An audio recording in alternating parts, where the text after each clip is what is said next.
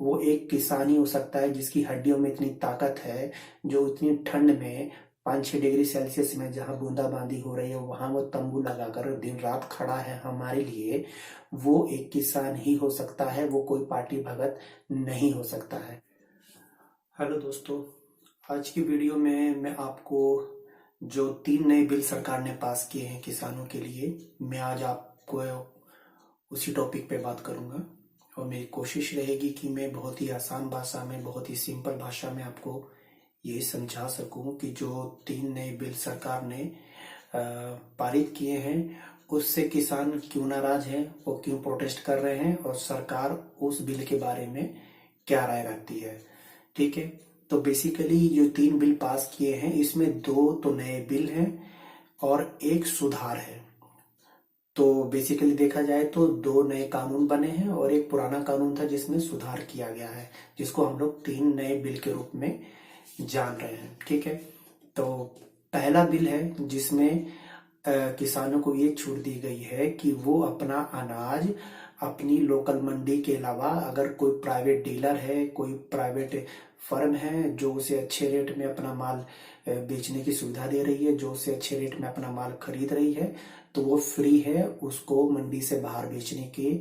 Even वो पूरे भारत में कहीं भी अपना माल बेचने के लिए वो किसान अब फ्री है। पहले ये नियम नहीं था। पहले नियम था कि आप अपने स्टेट में बेच सकते हैं, दूसरे स्टेट में आपको बेचने का अधिकार नहीं है, क्योंकि वहां की जो स्टेट है उस पर अथॉरिटी होती है कि वो अलाउ करे दूसरे स्टेट के किसानों को अपने यहाँ बेचने के लिए कि नहीं।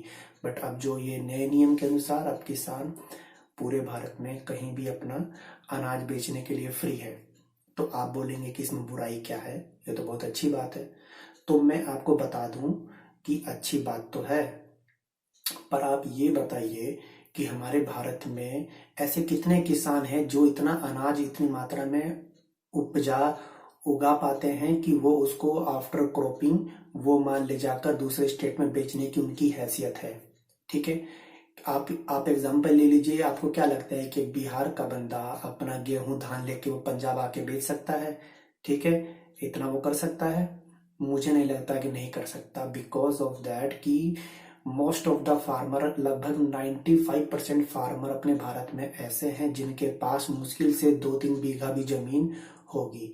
तो वो 2-3 बीघा वाला फार्मर अगर वो बिहार में है तो वो क्या इतनी मात्रा में अनाज उगा पाएगा कि वो अगर पंजाब में उसको अच्छे रेट भी मिल रहे हैं तो वहां वो अपना अनाज ले जाकर बेच सकता है? नहीं बेच सकता। इतना तो उसका भाड़ा ही, ट्रांसपोर्टेशन का चार्ज लग जाएगा। जितना उसका प्रॉफिट आना था पता लगा वो अनाज बेचकर ही उसका भाड़ा निपट पाया हो। तो ये प्रैक्टिकली पॉसिबल नहीं है और भारत सरकार भी अच्छे से जानती थी कि हमारे भारत में इतने किसान, इतने समृद्ध किसान नहीं हैं जो इतनी पावर रखते हैं कि इतनी अमाउंट में प्रोडक्शन करें कि वो ले जाकर दूसरे स्टेट में बेच सके, क्योंकि उनको पता है कि ट्रांसपोर्टेशन चार्ज इतने हाई हो गए हैं पेट्रोल और डीजल के रेट बढ़ने से कि वो किसान, ये इम्पॉसिबल है किसान के लिए ये चीज फॉलो करना। ठीक है, दूसरा पॉइंट क्या है, सरकार बोलती है कि आप अगर प्राइवेट में आपको कोई अच्छा रेट दे रहा है तो आप प्राइवेट में बेच सकते हो। ठीक है, तो किसान का ये कहना है कि अगर प्राइवेट कंपनी इस तरह से फर्म अगर आ जाएगी खरीदने के लिए तो धीरे धीरे सरकार क्या कर देगी, मंडी को खत्म कर देगी। तो मंडी को खत्म करने का एक किसानों पे एक वैलिड पॉइंट ये है कि इस बिल में कहीं ये नहीं लिखा है कि अगर आपने प्राइवेट फर्म को भेज सेल किया तो प्राइवेट फर्म कितने दिन में उसका पेमेंट करेगी, इसका मेंशन उसमें नहीं है कहीं। तो किसान इसलिए वरी है कि इसमें कोई गारंटी नहीं कि वो आपके एमएसपी से कम लेगा या एमएसपी से ज्यादा लेगा, ये रिटर्न में इस बिल में नहीं है। किसान ये कहता है कि आप उसको एमएसपी में ले आइए, आप जो मिनिमम सपोर्ट प्राइस है उससे नीचे अगर कोई प्राइवेट फर्म बेचती है तो उसको सजा दी जाए, लीगली उस पर कार्रवाई करी जाए। बट ऐसा कहीं उस बिल में ऐसा नहीं है। वो मंडी, आप मंडी से बाहर जाकर बेचते हैं, अगर वो कम रेट में भी लेता है तो उस पर कोई कानूनी कार्रवाई का प्रावधान नहीं है। तीसरा पॉइंट ये है कि उन किसानों से खरीदने के लिए अगर मान लो मैं ही हूं, मैं अगर मेरे पे कोई वेयर हाउस है और मैं अगर लीगल, मेरे पे सिर्फ अगर पैन कार्ड है तो अगर उस पैन कार्ड को भी एक अप्रूवल के रूप में सरकार ने रजिस्टर कर दिया है कि अगर मेरे पास पैन कार्ड है तो मैं उन किसानों से जाकर सीधा उनके अनाज को खरीद कर अपने यहाँ स्टोर कर सकता हूँ। तो किसान कहती है कि पैन कार्ड तो आजकल हर किसी के पास है, तो वो कहाँ से ये अथॉरिटी रखता है कि वो आप एक पैन कार्ड के भरोसे ही आप उसको खरीदार बना दे किसानों से माल खरीदने के लिए। तो इस चीज पे भी किसान नाराज हैं कि उनका कहना है कि एक पैन कार्ड ही काफी नहीं है उस बंदे को हमारे से अनाज खरीदने के लिए। ठीक है, तो पहले नियम में ये है किसानों की मांग। जो दूसरा नियम है उसमें कॉन्ट्रैक्ट फार्मिंग को सरकार ने लीगलाइज कर दिया है। पहले कॉन्ट्रैक्ट फार्मिंग पहले भी होती रही है हिस्ट्री में, ऐसी नहीं है कि फर्स्ट टाइम सरकार ने लीगलाइज किया है, पहले नहीं होती हैं, अब हो रही हैं, क्योंकि अभी सरकार ने इसको ऑन द रिकॉर्ड पेपर पे एक नया बिल बना दिया है जिसके अंडर अब कॉन्ट्रैक्ट फार्मिंग को प्रमोट किया गया है, जिसके अंडर में कोई प्राइवेट फर्म है या कोई भी ग्रुप है वो किसानों से डायरेक्ट कांटेक्ट करके उनका माल डायरेक्ट उनको बीज दे सकता है, उनको न्यू न्यू टेक्नोलॉजी के थ्रू उनको सपोर्ट करके उनका ग्रोविंग से क्रॉपिंग तक का सारा कांटेक्ट कर सकता है, और आफ्टर क्रॉपिंग उसकी सारी जो भी उसकी प्रोडक्शन है वो आदमी या वो फर्म उसका वो सारा माल खरीद कर अपने यहाँ पर वो परचेज कर सकती है। तो उसका रेट पहले से ही तय हो जाता है। सपोज करिए कि अगर आलू का ही कोई किसान ने एक किसी प्राइवेट कंपनी से आलू का कांटेक्ट किया कि भाई मैं आपसे कांटेक्ट करता हूं कि मेरे इतने बीघे में आप आलू बोऊंगा और इस रेट में आपको बेचूंगा, तो कांटेक्ट मान लीजिए सरकार ने उस इंडिविजुअल पर्सन ने उस किसान ने उस कंपनी के साथ कर दिया। ठीक है, अगर खुदा ना खास्ता मान लीजिए कि उसकी प्रोडक्शन बहुत अच्छी हुई और उस साल बहुत ही अच्छे अमाउंट में हमारे उस एरिया में का आलू हो गया अच्छे से, तो कंपनी को क्या, आपको क्या लगता है कि कंपनी क्या उस रेट पे वो किसान से खरीदेगी?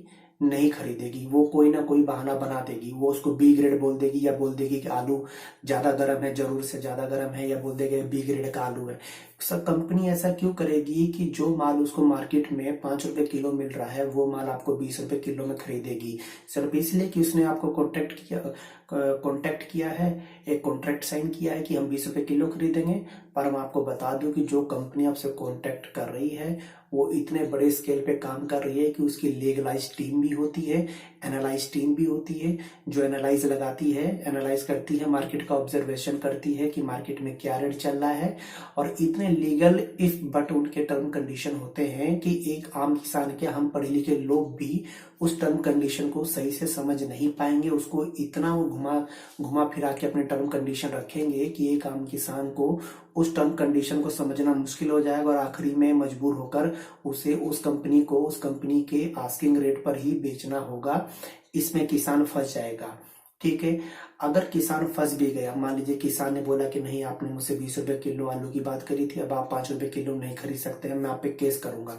तो ठीक है, यहाँ पे लूप होल क्या है कि वो किसान अब सीधा कोर्ट कचहरी नहीं जा सकता उस कंपनी पे केस करने के लिए, वो उस राज्य के, उस स्टेट के, उस जिले के डीएम के पास जाएगा, उसके पास डीएम के पास जाने की अथॉरिटी रहेगी। तो आप ये बताइए कि एक डीएम क्या उस किसान की बात सुनेगा या उस बड़ी कंपनी की बात सुनेगा? आप कॉमन सेंस आपको भी है, आपको क्या लगता है कि वो डीएम क्या इतना ईमानदार होगा कि उस एक गरीब किसान की बात सुनेगा या उस कंपनी की जिसके लीगल एडवोकेट है, इतनी पूरी टीम है, उनकी बात सुनेगा?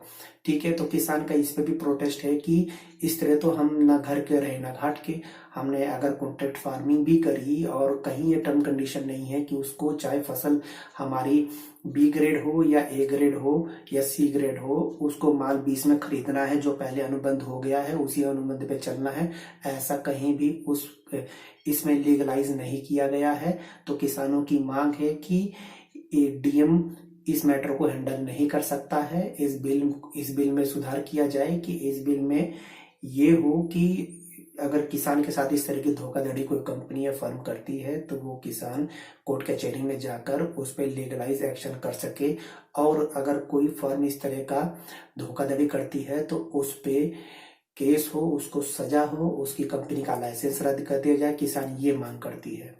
और तीसरा नियम ये है, तीसरा जो संशोधन है वो संशोधन ये है कि पहले जमाखोरी एक तरह से अपराध थी। आप एक लिमिटेड अमाउंट में गेहूं चावल कुछ इस तरह के थे, आप लिमिटेड अमाउंट में उसका भंडारण कर सकते थे।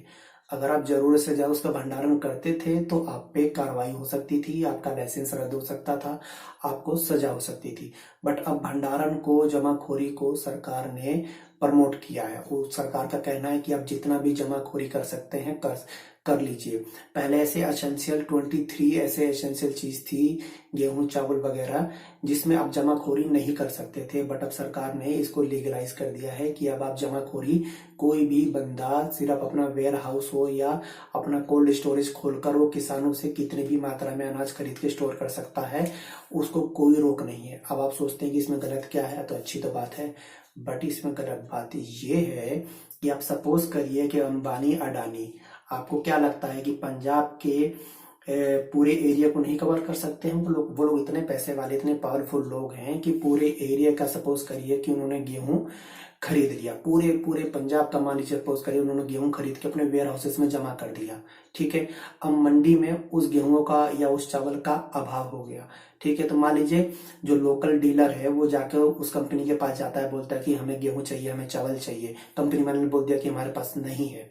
ठीक है, तो आप क्या कर सकते हो? आप बोलोगे कि नहीं यार, अब तुम्हारे वेयर हाउस में तो इतना हजारों कुंटल गेहूं चावल है, मैं जाके कंप्लेन करूंगा। तो कंपनी वाला क्या बोलेंगे? जाके कंप्लेन कर दो, मैंने कौन सा गलत किया है, मैंने जो स्टोर किया है वो गैर कानूनी तो है नहीं, ये तो भारत सरकार ने लिखित में दिया है, ये तुम देख लो पेपर में, अगर मैं झूठ बोल रहा हूं तो बताओ।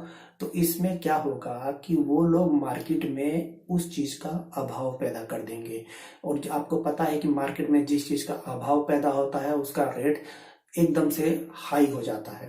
तो जो आलू या जो आलू सपोज करिए या चावल उन्होंने 5 रुपए 6 रुपए किलो मुश्किल से खरीदा था, वो 60-60 रुपए किलो पे अगर वो मार्केट में उसकी अब्सेंस की वजह से वो 60 रुपए किलो पे डिमांड हो गया।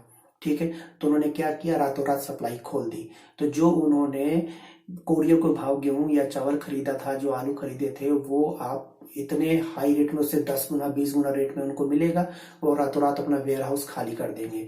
तो इस तरह से रातों रात वो हजारों करोड़ों रुपए का मुनाफा कमा लेंगे। तो किसान इससे भी चिंतित है कि वो किसान जो 5 रुपए किलो आलू बेच के आता है, वही किसान मंडी में जाके पता लगा 50 रुपए किलो आलू खरीद के खा रहा है। तो किसान इस चीज से भी नाराज है कि जमाखोरी को बंद किया जाए, जो पहले था वही एज इट इज चलने दिया जाए। तीनों बिल डेथ वारंट की तरह है हमारे लिए, इसको वापस किया जाए।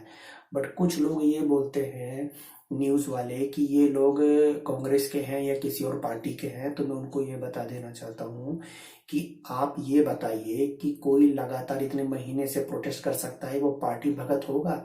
वो एक किसान ही हो सकता है जिसकी हड्डियों में इतनी ताकत है, जो इतनी ठंड में 5-6 डिग्री सेल्सियस में जहां बूंदाबांदी हो रही है वहां वो तंबू लगाकर दिन रात खड़ा है हमारे लिए। वो एक किसान ही हो सकता है, वो कोई पार्टी भगत नहीं हो सकता है। ठीक है, तो हमें उन किसानों को सपोर्ट करना चाहिए, क्योंकि वही हमारे अन्नदाता हैं, हमारे लिए वो लोग वहां लड़ रहे हैं। तो जितना भी हो सके आप उनको सपोर्ट करिए, और इस तरह के न्यूज चैनल का बहिष्कार करिए जो लोग ये दिखा रहे हैं कि किसानों को बरगलाया जा रहा है। मैं आपको बता दूं कि किसान इतने भी बेवकूफ नहीं है कि उनको कोई भी आराम से बरगला देगा और महीनों महीनों दिल्ली बिठा के रखेगा, बॉर्डर पे रोक के रखेगा। ऐसा कुछ नहीं है। जिसको जरूरत होती है ना, तो वही आदमी जाके लड़ता है। पार्टी भगत वाले बरगलाना, ये सब तो बेकार की बातें हैं। ये सब तो है कि ये मोदी के चमचे हैं, मीडिया के लोग आजकल, ये लोग हमेशा दिन रात वही बातें फैला रहे हैं, जिससे आप लोगों को एक भ्रम की स्थिति बनी रहे और आप लोग ये समझे कि किसान लोगों को बरगलाया जा रहा है।